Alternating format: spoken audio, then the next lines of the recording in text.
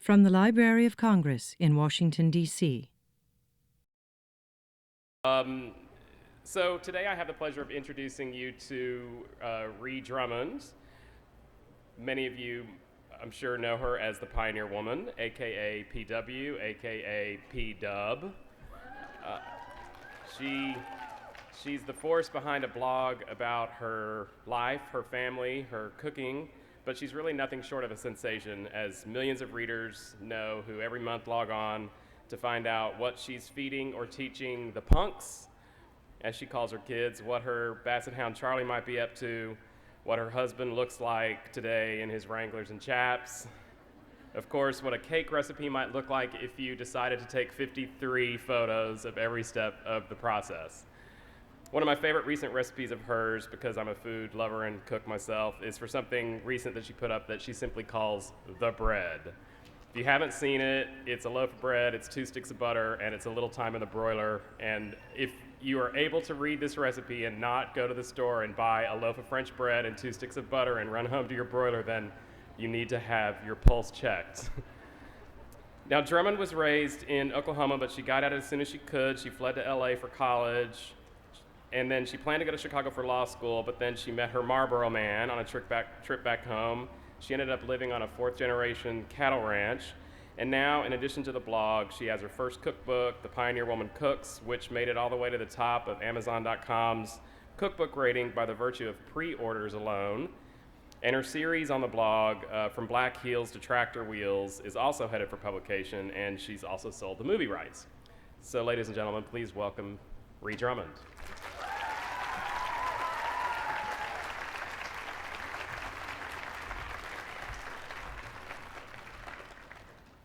I was okay until he said this was being videotaped and would wind up in the archives of the Library of Congress. So I gotta go, bye.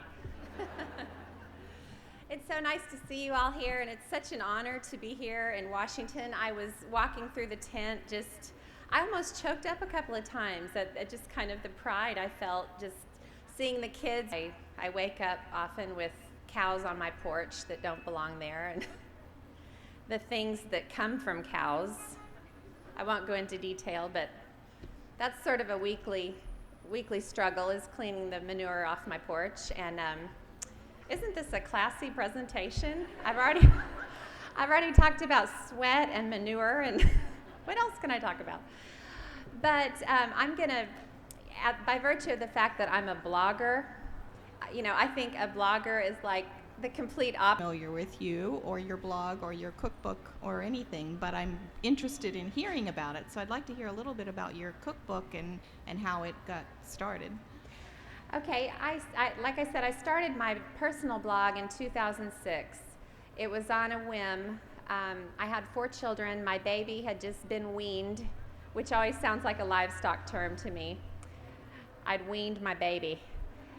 And my husband had taken all the kids to work cattle with him for the day.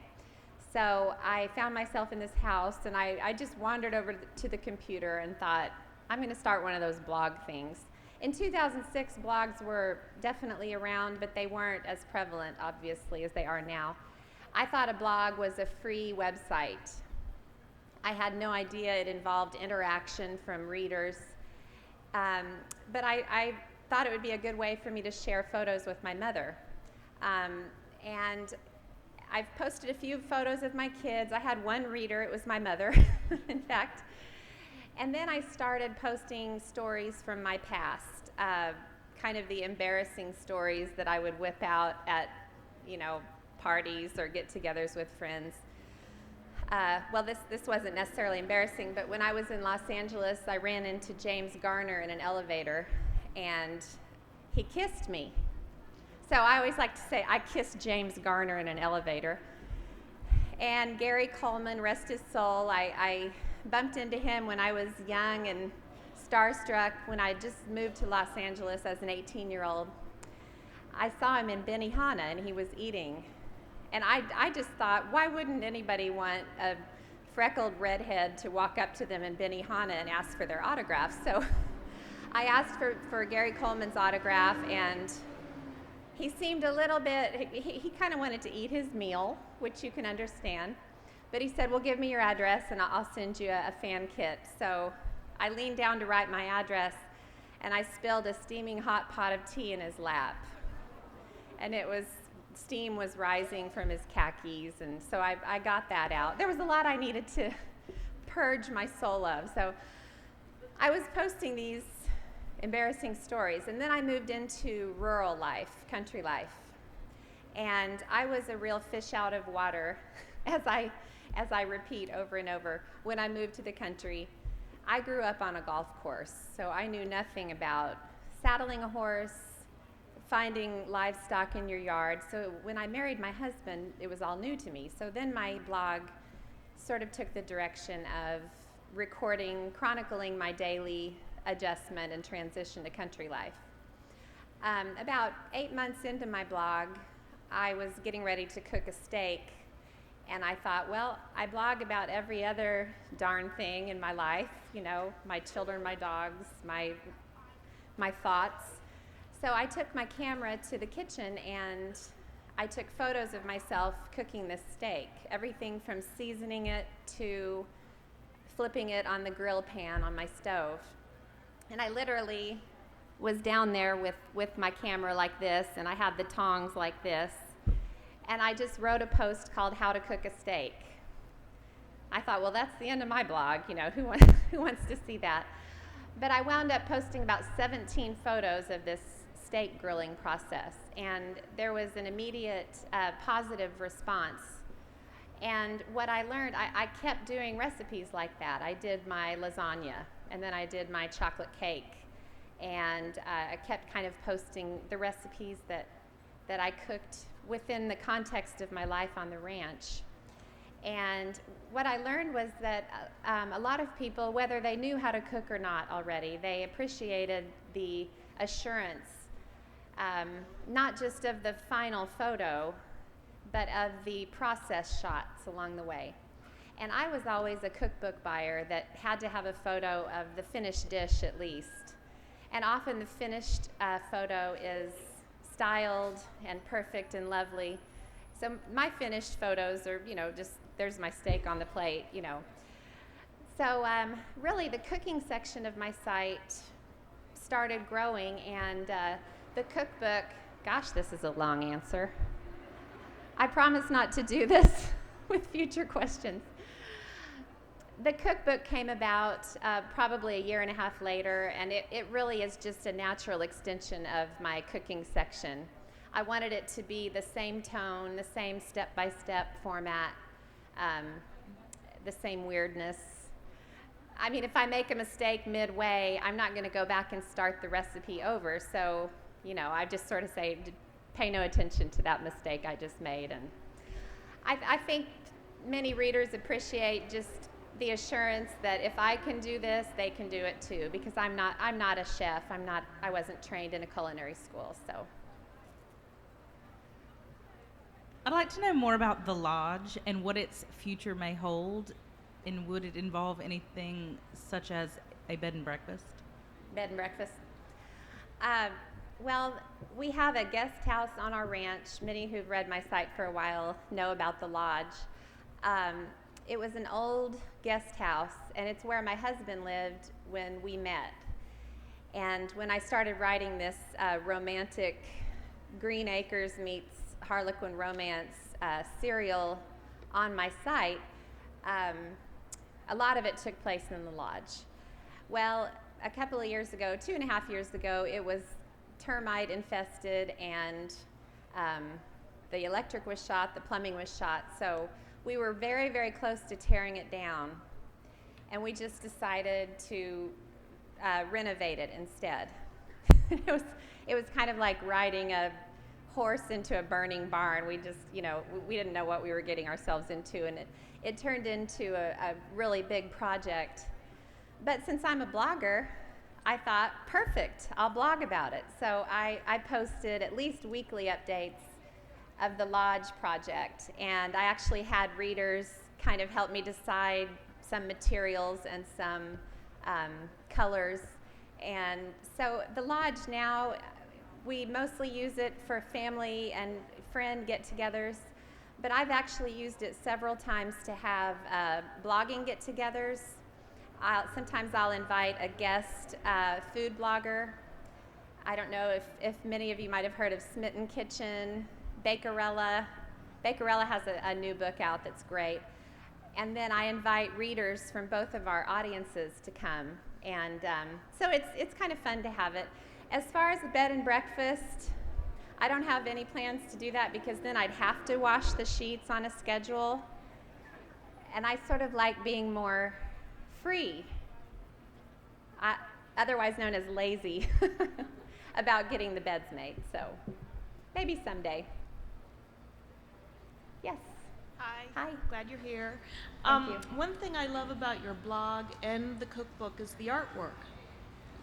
Who does that? Where is that from? I just wanted to hear a little bit about it. Now, across the top or the little ones at the bottom? Yeah, the top and like the cowgirls that are in, and like the book, you have beautiful flowers and. Well, I'll tell you, it's not a trade secret. Yeah. Well, there are several answers. I have an artist named Maya Chavez Larkin, and she actually did some custom illustrations of my children. So the ones of the little cowgirls and cowboys, those were custom made. Now the art that's in my site banner that I change once a month is nothing but Dover clip art. Yeah, it's Dover. If you Google Dover clip art, they have probably 50 just paperback books with a CD in the back. And they have vintage flowers, vintage images, and I love the style. And I am not an artist, so I couldn't draw a flower, and if I did, I would have no website because people would be like, "Oh, what an amateur." It looks great. Thank you. Yes. Hi. Hi. As a former horrible cook, I'd like to say thank you for your cookbook because Oh, thank you. all the pictures are very helpful. And as a current kind of all right cook, I have a proposition for you. Would you like to trade cooking lessons for flying lessons? Are you aware that I hate to fly? I am. I could change your mind. I just conquered a fear of flying about a year ago, so. So you're a pilot? Yep. Great. I'll give you cooking lessons for nothing, in exchange for nothing. That's a really good deal. All right. Where are you a pilot? Where are you? I'm based in Atlanta, and I had a trip up here and saw that you were going to be here, so I just happened to be here. Ironically, if I took flying lessons, it would probably help my fear, knowing. But it's a fear that was fostered by living in the country for 10 years and never going anywhere. So Well, if you want to change it, I'm sure we could help you out. email me. Okay. You might be sorry you did that. I'll write you before my trips, and I'll be like, "Are you sure these things don't go down?" I'm positive. All right. Thank you. Thanks. Oops. I'll repeat your question. Okay. First of all, thank you so much for letting us in on a daily basis. You are like my favorite pastime every day. And Thank you. my question for you is, being an amateur blogger, how do you keep the consistency? You obviously have a million other things going on. How do you just keep it up so frequently and keep your readership up by being consistent?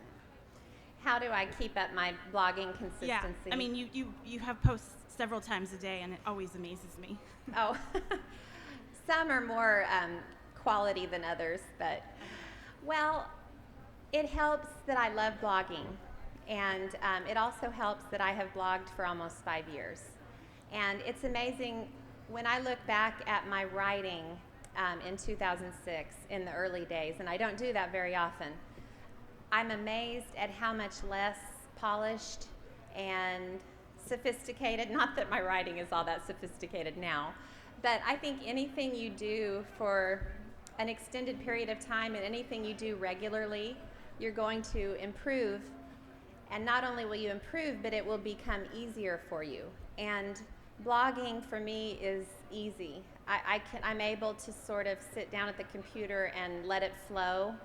And anyone who's having trouble kind of getting into the swing of blogging that wants to blog, I always say blog, just blog daily. And there are going to be days when you wake up and say, I have nothing to say to the world. And that actually happened to me once in September of '07.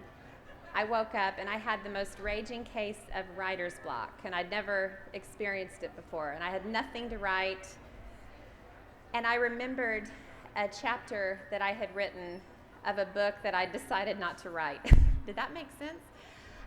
But it began with the night I met my husband, and it was called The Night I Met Marlboro Man. So since I had nothing to say that day, I just whipped that out and put it on my website, and that was the first chapter of Black Heels to Tractor Wheels. And it turned into a 45-chapter serial online. And it was because I didn't give in to the writer's block. I didn't write, but I got something up anyway. So just stick with it. You'd be amazed a year from now how much easier blogging is. And don't be afraid to just embarrass yourself. Some days when I didn't have anything to write, I would record myself singing Ethel Merman songs. There's no business like show business. Raise your hand if you know who Ethel Merman is. Not very many people. So most of you are basically sitting there going, what is she doing? Yes. I'm just wondering if your kids actually see the blog, and how do they deal with all the pictures and everything else? Like, how do they feel about it? Well, it's sort of like that, I've been doing it for so long and have been taking pictures of them for so long that they really don't know any better. They're prisoners, basically, is what I'm saying. My boys are 7. How old are my boys? 8 and 6. I have to think about it sometimes. And they could care less about computers, so they know I have a blog and they know I have a cookbook, but they don't check in. My daughters are 13 and 11, so they're becoming more interested in reading.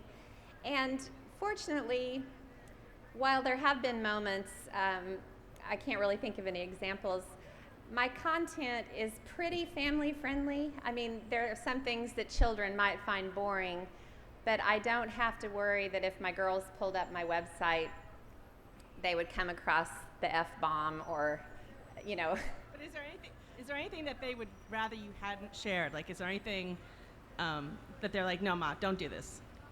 Not yet. But I'm going to just play it by ear in that realm. I can't imagine that I'll say, stand there and look happy. So we'll just see. So far, they've sort of had fun with it. Now, that is a common question I get about my husband. Has there ever been anything that I've posted that he's had a problem with? And the answer is no, unless the only time he's ever had a problem is when I've gotten an agricultural fact incorrect. And then he can't sleep for days. I mean, he'll be tossing and turning, and I'll be like, are you still worried about that? And he'll be like, it's a steer, not a cow. So generally, it's gone pretty well. As a beneficiary, I'd just like to thank you for the cinnamon rolls. Oh, thank you. That's probably my favorite recipe of mine, so I appreciate that. Thank you. They're non-fat. Yes. Hi, do you have any more details on the possible movie version of Black Heels Tractor Wheels? Possible movie version of Black Hills. And that's another thing when I was referencing these extraordinary developments that have taken place. It's probably going to move forward, but the thing that attracted me about a possible movie version of the love story is that, first of all, it was the gals who did Julie and Julia, Sony Pictures, and they're all women, so I think they would sort of get, the fizzy, in love things. And I think they were also interested in the angle that as I was falling in love with my cowboy husband, my parents' marriage was falling apart. And I chronicle that both on my site and in my book. Boy, I'm sorry, I didn't mean to depress everybody. But the other thing that appeals to me about a possible movie is I don't really have to do any work. So, but it'll be fun. We'll just kind of see what happens. So will you get to give input on the screenplay at all? I don't think I have official, I don't think I can nix anything officially, but I think they would naturally probably be interested in a little input from me. So Very cool. for instance, I thought Elle McPherson should play me, but they haven't returned that email. Yes. Hi, I'm so glad you're here. Thank you. And sort of my boyfriend said, oh, that pioneer woman that I tell you about that I have my cookbook laying in the kitchen. He's like, oh, tell her I love her salsa. So he wanted me to tell you that he loves the salsa. Thank you. And I just had one sort of question and one other comment. I guess my comment is one of the things I love about your site, and I just said that, I guess, because I never have time to leave a comment or anything. I love checking it to see the wonderful pictures that you put up of the country, because I'm an East Coast city girl and I work downtown here in DC, and I have never seen such great pictures, I guess, of Thank you. way out there where it's amazing to me that you look out and see nothing, because if you lived in the city your whole life, you'd never have gotten a chance to see things like that. So that's really cool to see every day. And I guess I just had a question of whether you're planning on writing another cookbook. I am doing another cookbook. It'll be a little while before it's out. I'm going to do the Black Heels. It'll be out in February. And then I have a Charlie children's book coming out in the middle of next year, which is sort of an illustrated version of Charlie, my basset hound, and his short-legged plight, and how he thinks he's a cow dog, but he's really of no use to anybody except just comic relief. So, but the cookbook will probably be sometime in the following year. So, but as far as the wide open spaces, I had to laugh because when I first arrived today, the crowd was a little more thin, and of course I thought it was completely packed. And then the gal who's showing me around said, well, the crowd's going to get real heavy. It's really light right now. I had to laugh because, one other person is a big crowd in my daily life. So you can't imagine what an unusual sight this is. But, and I appreciate that. I think that's one thing that does appeal to city dwellers about my blog is just the slice of American life that is so isolated and undeveloped. So thank you. Yes. Hi, I'm a librarian from Gulf Shores, Alabama. Came here primarily, one of the reasons was to see you. Oh, thank you. I want to know, how is Kitty Kitty? Still good, I hope. Kitty Kitty is good. She thinks she's a dog. Because we had a similar situation with my friend from taking their Kitty Kitty to the vet, who went from Milo to being Sue. Well, we have a stray kitten, and I blogged about this new darling little girl kitten that we had, and people said, that looks like a male, and I insisted for a week that it was a female kitten, and it was, in fact, a male kitten. So I talk about embarrassing myself. But my real serious question is, do you do all the content for your homeschooling tab? Because No. sometimes when I see things about games or learning tools, I wonder if it's from other people. I have 2 contributors on Fabulous. the homeschooling section. The print is small, but it says at the top of the post, posted by Heather Sanders, posted by Kristen Chase. I was interested because we have a lot of homeschoolers come to the library. Yes. Very good. I'm quick to recognize my own limitations, and I noticed that I had only been able to post on the homeschooling section about once a week. So I could either homeschool my children or post on the homeschooling Sure. section. So Sure. I was happy to take on some contributors there. Very good. Hi. Can you hear me? Oh, there you go. So most of the single ladies in the audience would love to know where Cowboy Josh is. Cowboy Josh is like the eye candy of the single eye candy on my blog. He's our cowboy. He's still very single. Cowboy Josh wants children. So anyone who's not interested in having children need not apply. He would even take the children. He says, I'll take the children first and then I'll find a woman. And I'm like, Josh, do you know how this works? But he's good. He's such a great guy. And my other question was, in all of the chaos of what's become your life here recently, how do you personally find balance? Is it through blogging or raising your kids, or what is it internally that you use to kind of stable yourself and keep yourself grounded? That's a good question. Well, if you saw our daily life on the ranch, you wouldn't need to ask that question. And really, the country is what grounded me when I moved there. I had lived in Los Angeles, and it was sort of a frenzied type of a person. And when I moved to the country, I really found, it sounds so cheesy to say I found my inner peace, but I really found myself in the country. So I love going out and going places, but I love going home the most. And our day, you can't lose your head when you have cow poop on your porch first thing in the morning, and there's no one to clean it up but me, so I find my center in cow manure is what I'm saying. Yes. Hi, thank you so much for coming. Thank you. I have a question. I work a little bit into IT, and so your blog is always so polished, and I know that you're busy with the cattle ranch and the homeschooling and the photography and everything. Do you have any people helping you out with all the ad support and the IT support, like behind such a big site that you have? Like, I know how many people do you have working with you on it? Definitely. Well, when I started my blog in 2006, I used Blogger. My address was pioneerwoman.blogspot.com for about 6 months. And then I moved to TypePad. Those are both free online blogging software platforms. So I did it all myself then. And then Heather Sanders, who is one of my homeschool contributors now, helped me design a custom WordPress site. But now you might have noticed I redesigned my site in July, launched a redesign. It looks great. Oh, thank you.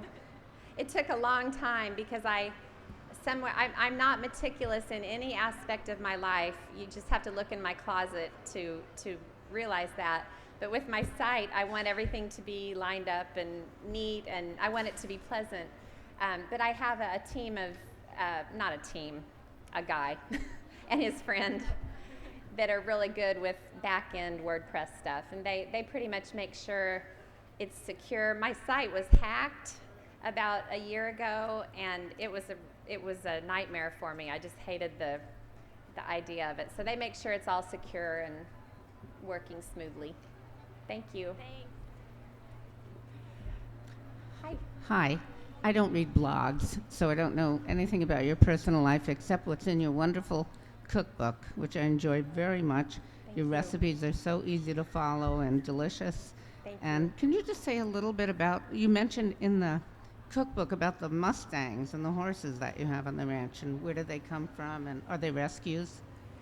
Yes, we actually are a family cattle ranch and have always had just cattle on the ranch. We have a cow-calf operation, and we also have yearlings. And, not that I even know what really that means, but I've heard my husband say that. We have cows on the ranch. But in 2003, we applied for a contract to take in sanctuary wild horses. And it's through the Bureau of Land Management Wild Horse and Burro program. They're overpopulated back west, and so they find landowners who can take care of them. And we have a ranch full of wild horses. It's really wonderful. We feed them in the wintertime, but we just let them roam free the rest of the year, and they are wild animals. You don't want to make one of them mad. That's a great addition to your book. It's kind of been a fun diversion. Hi. Actually, I'm from Wyoming, so I understand the big wide open spaces, but I wanted to ask you about your Photoshop.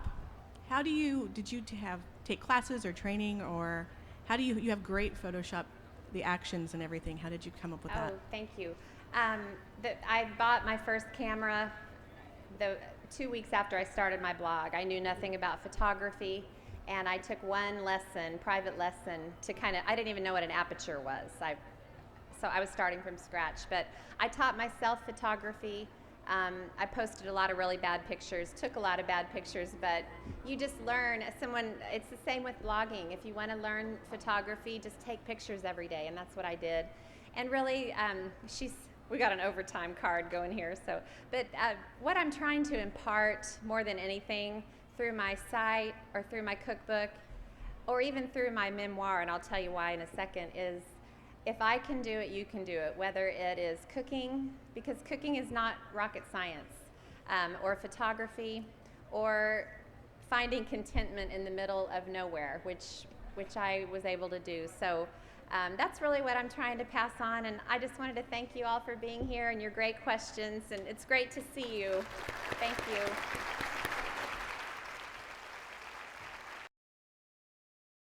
This has been a presentation of the Library of Congress. Visit us at loc.gov.